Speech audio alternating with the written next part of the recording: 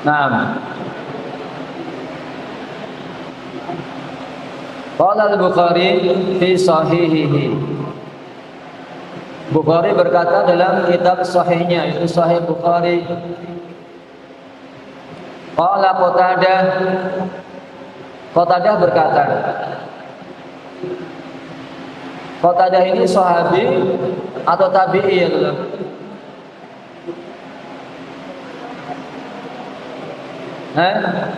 Tabi'i, sahih.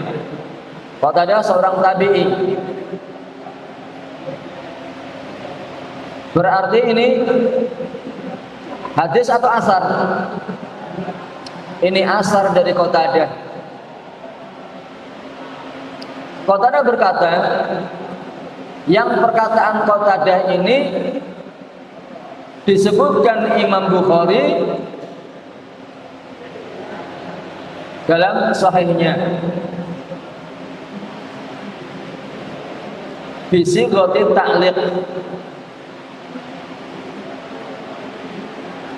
Allaqahu bisi gotil jazm fi ba'dil khalqi.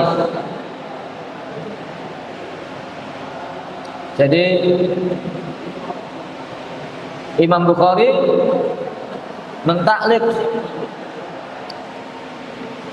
riwayat ini bisi gotil jazm, dengan sighah jazm.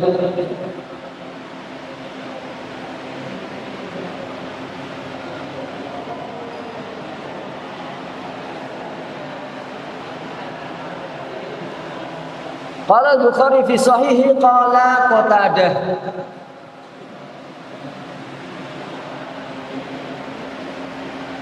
Khalaqallahu hadhihi an-nujuma li salasin. Allah menciptakan bintang-bintang ini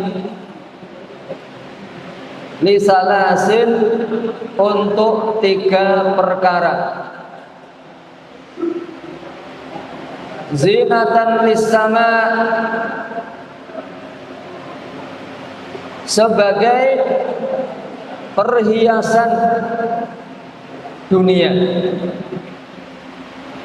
Wa rujuman lisyayatina,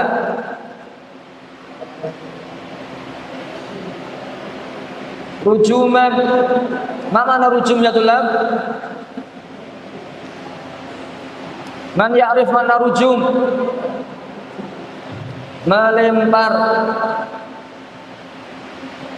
Jadi fungsi yang kedua dari bintang-bintang adalah rujuman lisyayatin, untuk melempar setan.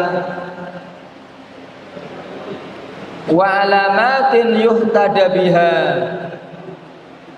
dan sebagai tanda untuk memberi petunjuk.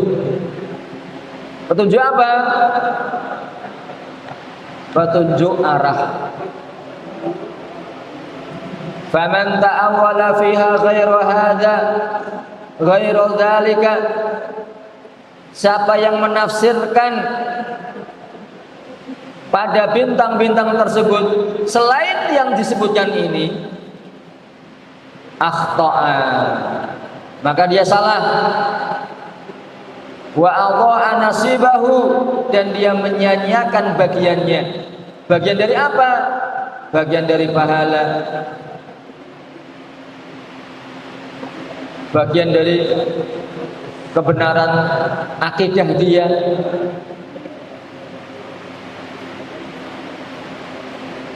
Siapa yang menafsirkan fungsi bintang selain 3 perkara ini, mungkin dia jatuh dalam kesyirikan, akidahnya rusak.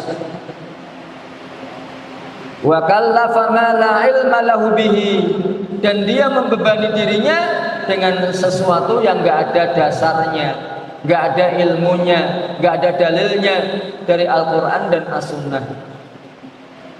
Ini perkataan Qatadah. Langsung saja kita baca syarah dari Syekh Muhammad bin Shalih Al-Utsaimin. At-tanjimu taf'ilun minan najm. Tanjim ini taf'il dari kata najm.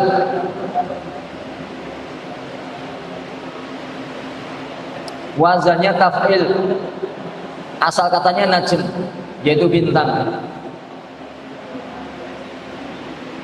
Wa makna najm ay ta'allama ilman nujum.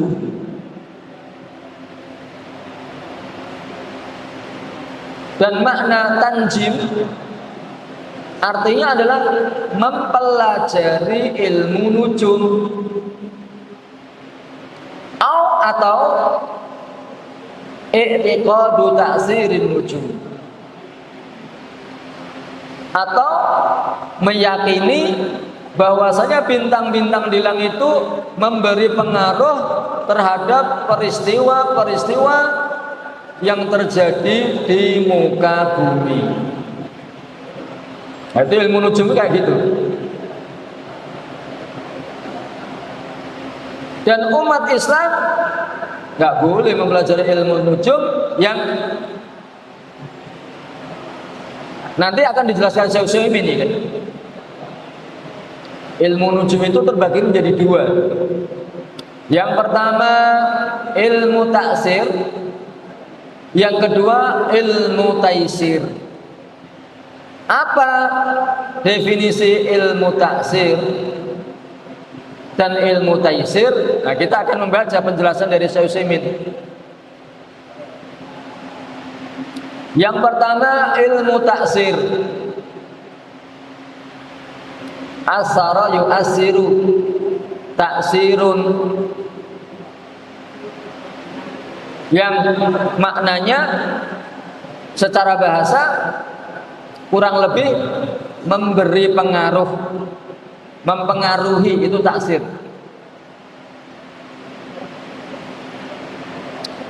Dan ilmu tafsir ini terbagi menjadi 3 macam, kata Syekh Utsaimin.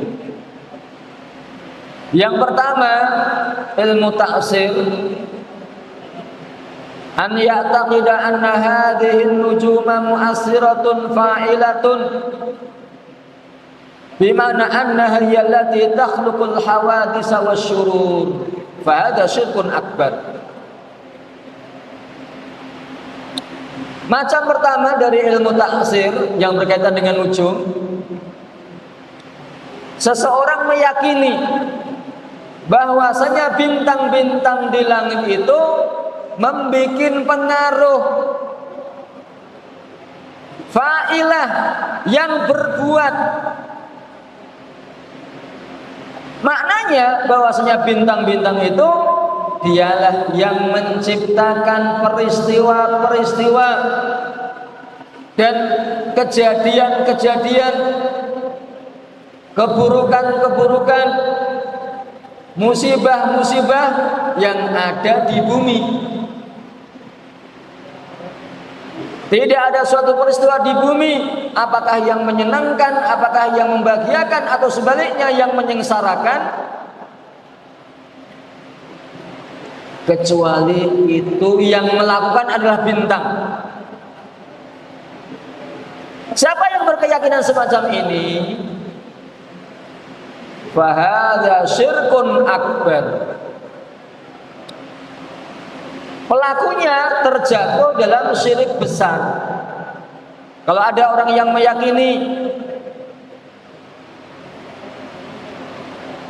terjadi musibah di bumi, di tempat wilayah tertentu, oh ini penyebabnya adalah bintang ini, yang menyebabkan atau yang membuat musibah di bumi ini bintang ini, maka ini terjatuh dalam kesyirikan. Syirik akbar, mengeluarkan dari Islam. Li'anna man idda'ama anna ma'allahi khaliqan fa huwa musyrikun syirkan akbar, syirkan akbar. Karena kalau ada orang yang mengklaim mengaku-aku atau meyakini bahwasanya di sana ada pencipta selain Allah, apakah menciptakan kebahagiaan atau menciptakan kesengsaraan, maka dia terjatuh dalam kesyirikan, syirik besar. Tidak boleh bagi seorang mukmin meyakini bahwasanya ada makhluk yang punya andil dalam menciptakan peristiwa-peristiwa yang terjadi di alam semesta. Nggak boleh. Sama saja apakah yang menciptakan peristiwa itu bintang, yang menciptakan peristiwa itu adalah wali Allah,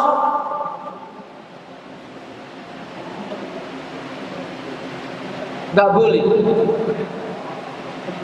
Semua yang peristiwa yang terjadi di alam semesta, semuanya Allah yang menciptakan. Tidak ada seorang pun makhluk yang punya andil dalam penciptaan peristiwa-peristiwa tersebut. Siapapun orangnya, siapapun makhluknya, nggak ada.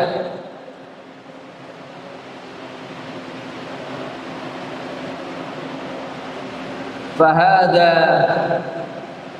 ja'alal makhluqa al-musakhkhara khaliqan musakhiran.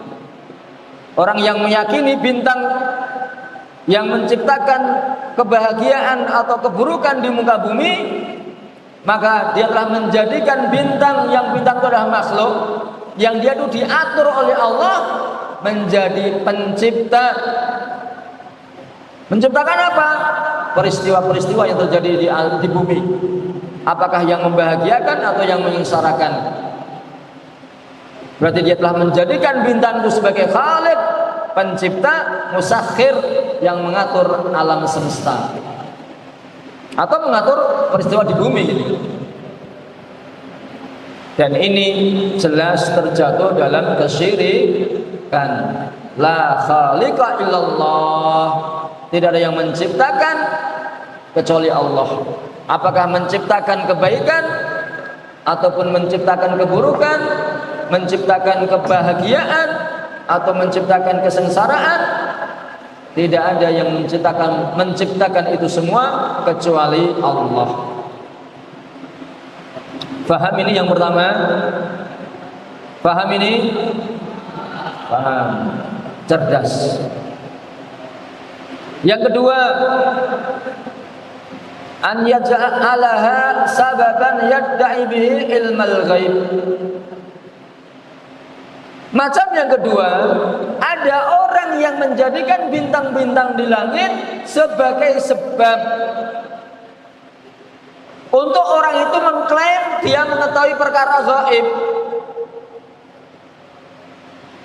Maka orang ini memperhatikan bintang-bintang di langit, memperhatikan gerakannya, memperhatikan bolak-baliknya, memperhatikan perubahannya.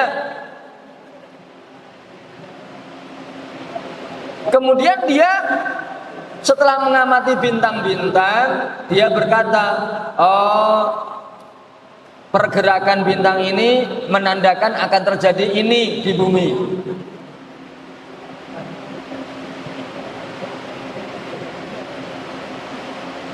Karena bintang fulani telah muncul atau telah terbit, maka akan terjadi gini-gini di muka bumi.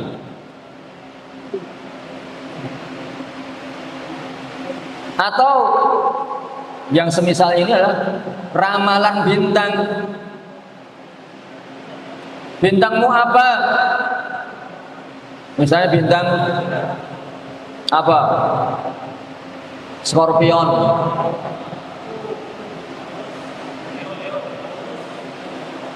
Oh, kalau kamu lahirnya ketika muncul bintang Scorpion, oh berarti kamu akan sengsara hidupmu, misalnya gitu. Li'annahu wulida fin najmil fulani. Karena orang tersebut lahir ketika bintang Scorpion itu muncul, terbit.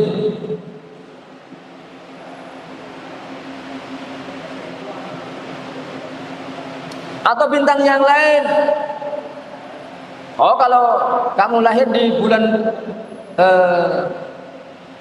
ini dan ini, yang mana bintang fulani muncul atau terbit, oh berarti kehidupannya akan bahagia, rezekinya gampang, percintaannya bagus.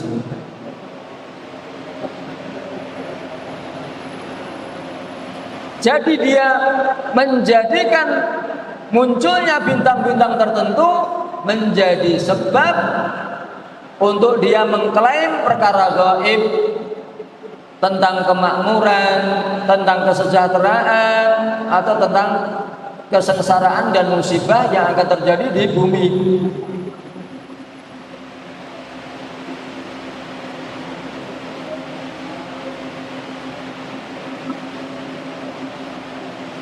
Siapa yang melakukan semacam itu, mempelajari ilmu nujum untuk mengklaim dirinya mengetahui perkara gaib, mengklaim mengetahui apa yang akan terjadi di masa depan, baik berkaitan dengan keumuman manusia di suatu tempat, satu negara, atau bahkan seluruh dunia, atau mengklaim mengetahui perkara gaib apa yang terjadi pada seseorang, orang-orang tertentu yang datang kepadanya minta diramalkan, kemudian dia melihat pergerakan bintang, ditanyakan kapan lahirnya dia, bulan apa, tanggal berapa,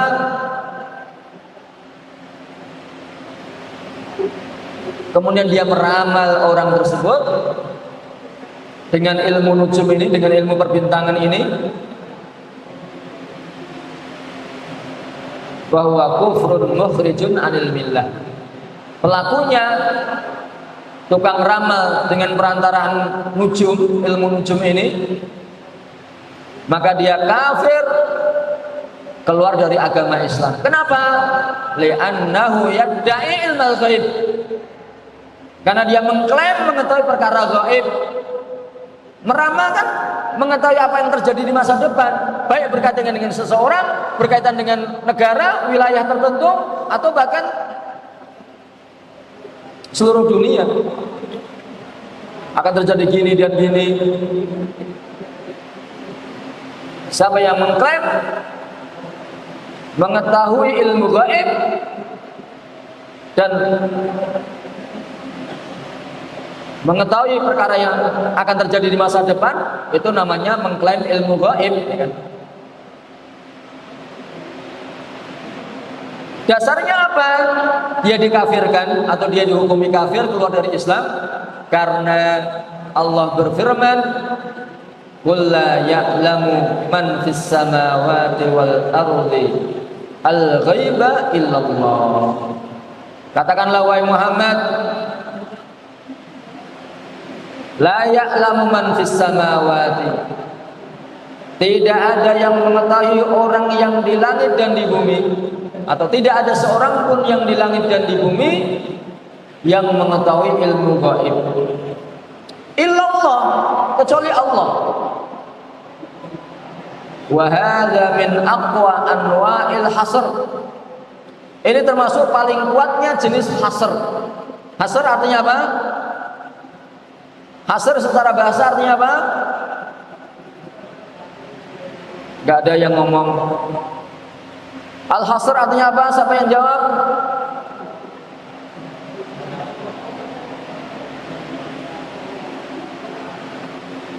Gak ada yang jawab. Makna hasr? Pembatasan. Ini paling kuatnya macam-macam pembatasan. Kenapa alasannya? Li'annahu jaa'a bin nafyi wal istisna. Karena datang dalam ayat ini penafian. Penafiannya mana dalam ayat ini? Angkat tangan. Penafiannya mana? La wal istisna. Mana istisnanya? illa, ya kan?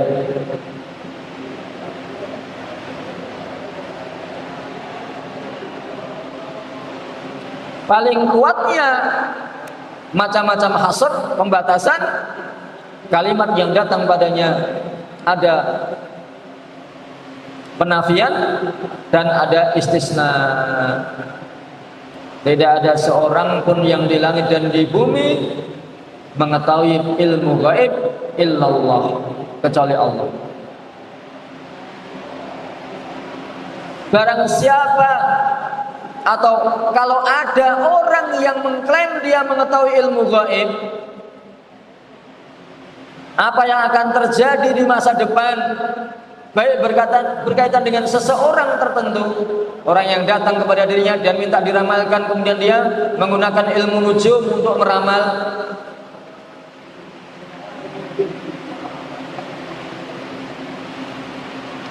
faqad kadzdzabal Qur'an, berarti orang ini telah mendustakan Al-Quran. Siapa yang mendustakan Al-Quran, fahuwa kafirun mukhrijun anil millah. Siapa yang mendustakan Al-Quran walaupun satu ayat, dan walaupun dia mengimani ayat-ayat yang lainnya atau seluruh ayat Al-Quran itu dia imani kecuali satu ayat ini, dia kufur, ya hukumnya dia kafir, keluar dari Islam.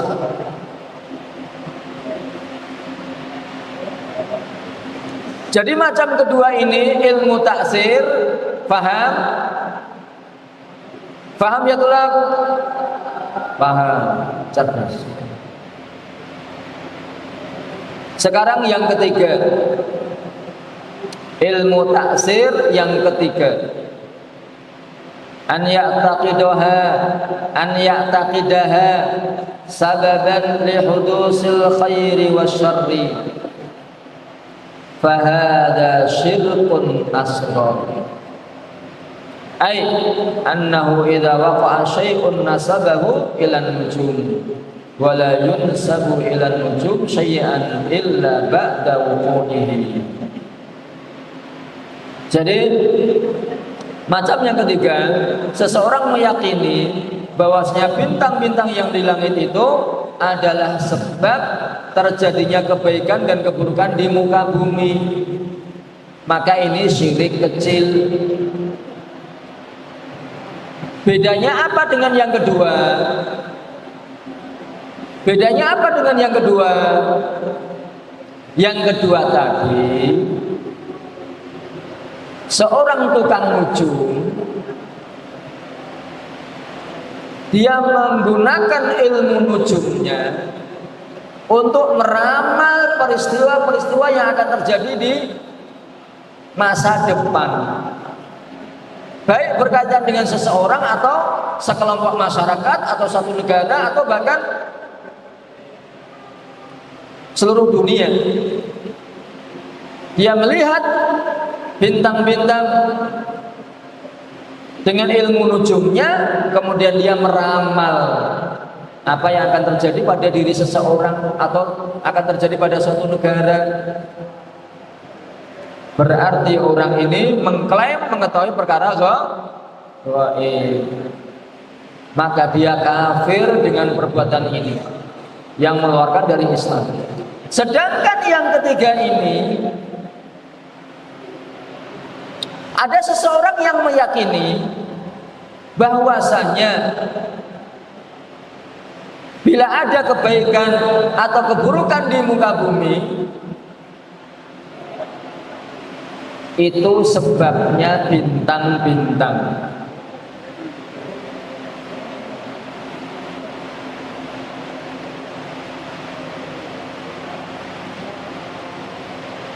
Bila terjadi musibah, apakah banjir, tsunami, gempa bumi, tanah longsor, dia berkata, oh banjir ini karena sebabnya bintang ini muncul.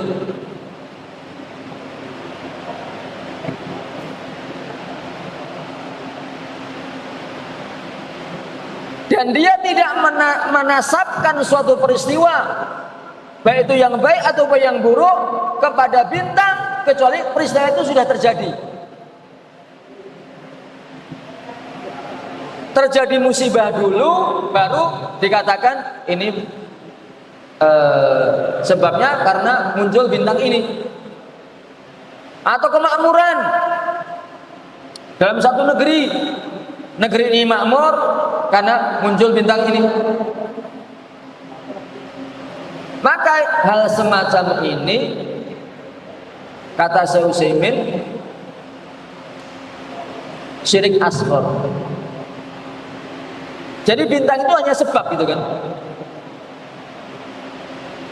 bukan pelaku. Pelakunya ya Allah yang mendatangkan kebahagiaan, kesengsaraan, keburukan dan kebaikan, yang mendatangkan Allah. Tapi ada sebabnya muncul bintang. Ini hukumnya syirik kecil. Tapi kalau dia meyakini yang mendatangkan keburukan, yang mendatangkan kebaikan bintang itu, jadi seperti awal tadi, syirik besar. Karena ada meyakini ada selain Allah yang menciptakan kebaikan atau keburukan tadi.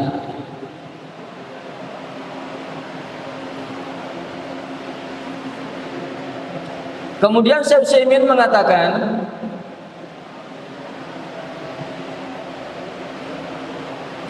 fa in qila yantaqidu hadza bima sabata 'anin nabi. Kalau ada orang yang berkata ini dibatalkan dengan apa yang sahih dari Nabi tentang kusuf, gerhana. Rasulullah mengatakan inna syamsa wal qamara ayatani min ayatillah. Sesungguhnya matahari dan bulan adalah satu tanda dari tanda-tanda kebesaran Allah, ayat dari ayat-ayat Allah, dua ayat dari ayat-ayat kebesaran Allah, matahari dan bulan. Yukhawwifullahu biha ibadahu. Allah membuat takut dengan bulan dan matahari ketika terjadi gerhana para hambanya. Jadi Allah menginginkan dengan terjadinya gerhana ini para hamba takut.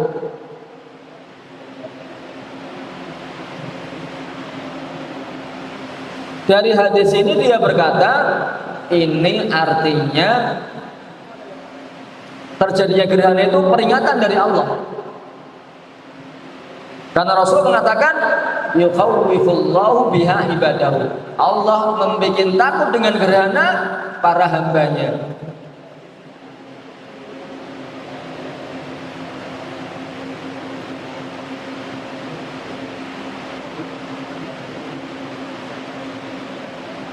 Maksudnya apa ini?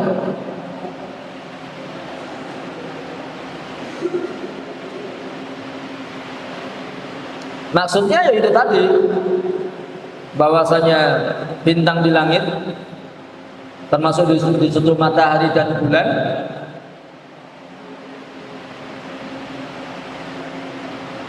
ada efek lain, yaitu membuat takut manusia.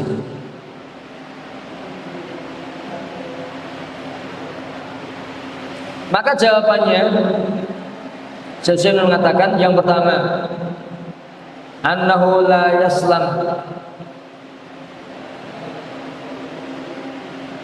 annahu la yuslam, anna lil kusufi taksiran fil hawadisi wal uqubat minal jadab wal qahd wal hurub.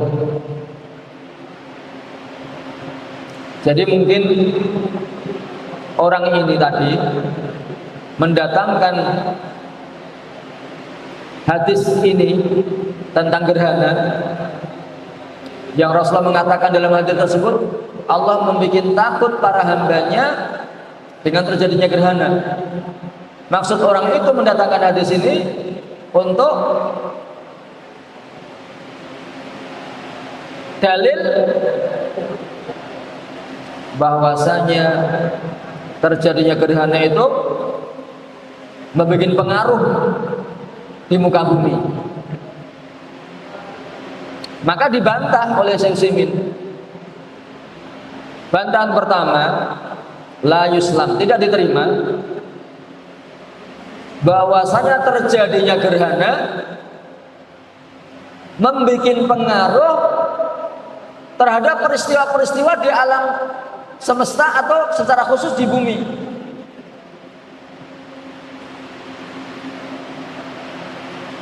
Apakah itu jadab, yaitu kemarau panjang, wal qahat, qahat itu sama, kemarau panjang atau tidak turun hujan dalam waktu lama, wal hurub, hurub itu perang. Jadi kalau terjadi perang di muka bumi antar satu kabilah dengan kabilah yang lain, antara satu negara dengan negara yang lain, itu bukan karena terjadi gerhana, enggak ada kaitannya.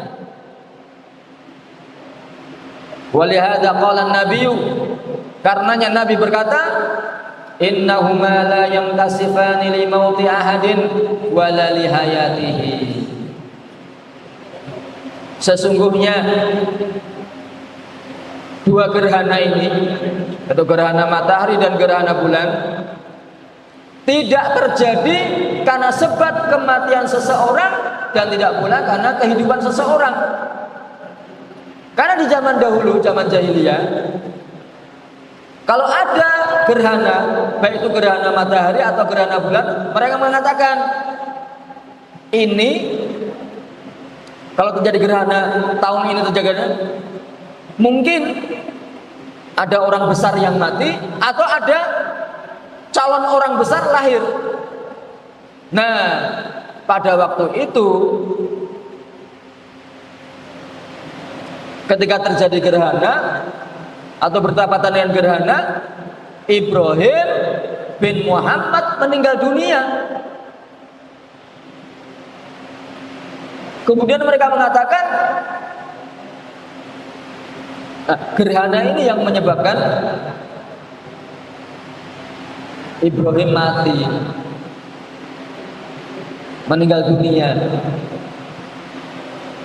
Jadi ini asbabul wurud Rasulullah mengucapkan hadis ini.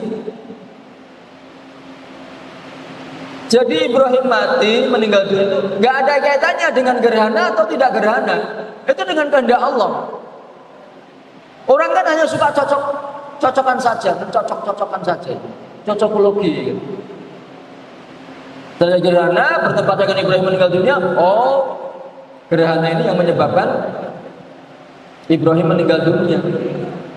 Karena menurut keyakinan mereka kaum jahiliyah tidak terjadi gerhana kecuali di waktu itu ada manusia besar yang lahir atau calon manusia besar yang lahir atau manusia besar meninggal dunia.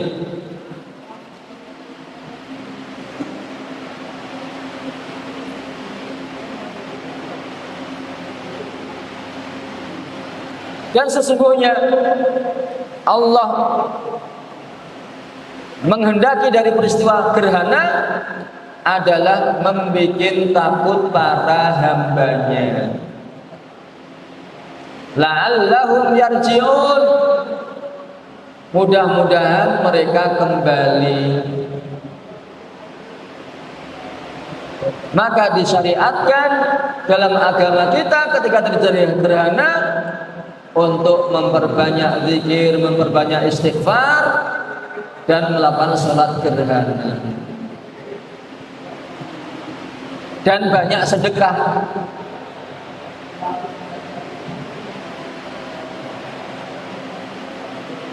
Tapi manusia di zaman sekarang bukan sholat, bukan istighfar, malah mengamati, meneropong gerhana. Dan babar belas gak ada rasa takutnya. Nah, itulah manusia modern di zaman ini. Allah menciptakan gerhana agar mereka takut, beristighfar, bertobat, memohon ampun, malah diamati, diteropong, dan gak ada efek takutnya sama sekali pada diri mereka.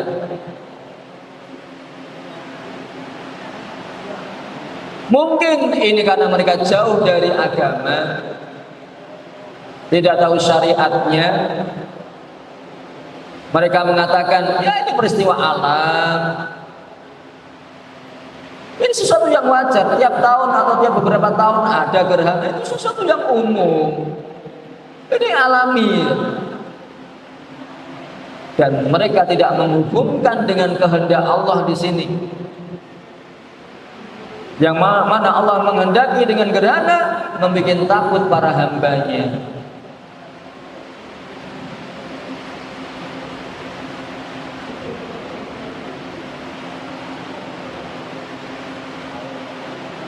Maka kewajiban kalian kepada para thalabul ilmi untuk menyampaikan sunnah-sunnah Nabi yang berkaitan dengan gerhana, mengajak umat untuk sholat gerhana, dan mengajarkan sunnah-sunnah yang Nabi yang lainnya yang selain tentang gerhana, ya. Karena umat di atas kebodohan, ya kan, ya kan. Umat ini tidak semua umat, ya. Banyak masyarakat yang jahil dengan sunnah-sunnah Nabi. Alhamdulillah kalau kalian di masyarakat yang masyarakatnya agamis, maka kalian gak perlu repot-repot menerangkan, ayo sholat gerhana, mengajak sholat gerhana. Karena mereka sudah, tanpa kalian ajak, mereka sudah mengerjakan sendiri. Tinggal kalian ikut, ya kan? Ikut sholat gerhana. Yang kedua, jawaban kedua, annahu law salimna anna lahum ta'siran fa inna an-nasa qad dalla ala dzalik wa ma dalla alaihi nas yajibul qawlu bihi. Seandainya kami menerima bahwasanya gerhana matahari dan bulan itu memberikan pengaruh terhadap apa yang di bumi, maka sesungguhnya nas telah menunjukkan kepada itu. Nasnya menunjukkan apa? Yukhawwifullahu biha ibadahu. Allah membuat takut para hambanya dengan gerhana. Nasnya mengatakan demikian.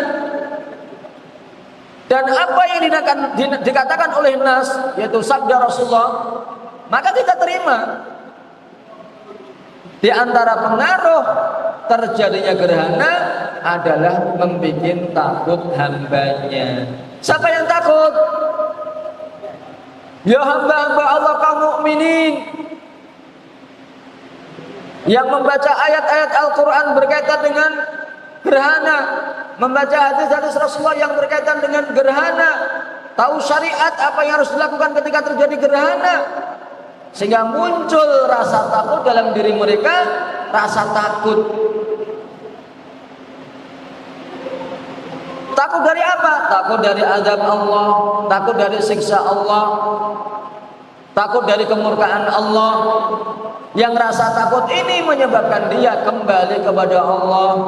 Yang tadinya maksiat menjadi taubat, meninggalkan maksiat. Yang tadinya meremehkan amal soleh menjadi semangat beramal soleh. Itu di antara efek terjadi gerhana, dan itu terjadi kepada hamba-hambanya yang mukminin, yang Allah beri taufik kepada dirinya untuk bertobat ketika melihat gerhana. Namun kata Syekh Utsaimin, al-awwal huwal aqrab, yang lebih dekat kepada kebenaran yang pertama tadi.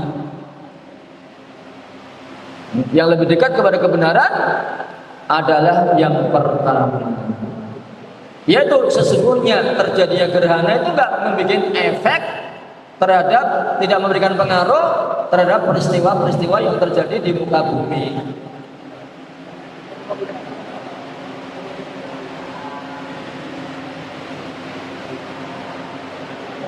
Sesungguhnya hadis ini hanya menyatakan membuat takut hambanya. Tidak ada kaitannya dengan akan terjadi kemarau panjang, atau akan terjadi musibah, atau akan terjadi kemakmuran. Nggak ada kaitannya dengan itu. Terjadinya gerhana itu enggak. Nas tidak menyatakan itu. Nas atau perkataan Rasulullah itu hanya mengatakan Allah membuat takut para hambanya. Ayuhatullah rahimani wa rahimakumullah. Untuk jenis yang kedua dari ilmu nujum, yaitu ilmu taisir, dari kata sayyara yusayyiru, artinya berjalan. Ilmu tentang berjalannya bintang-bintang di langit sana. Ini akan kita baca pada pertemuan yang akan datang. Mudah-mudahan apa yang kita sampaikan bermanfaat. Subhanakallahumma rabbana wa bihamdika asyhadu an la ilaha illa anta astaghfiruka wa atubu ilaik. Wa sallallahu ala Muhammad wa assalamu alaikum warahmatullahi wabarakatuh.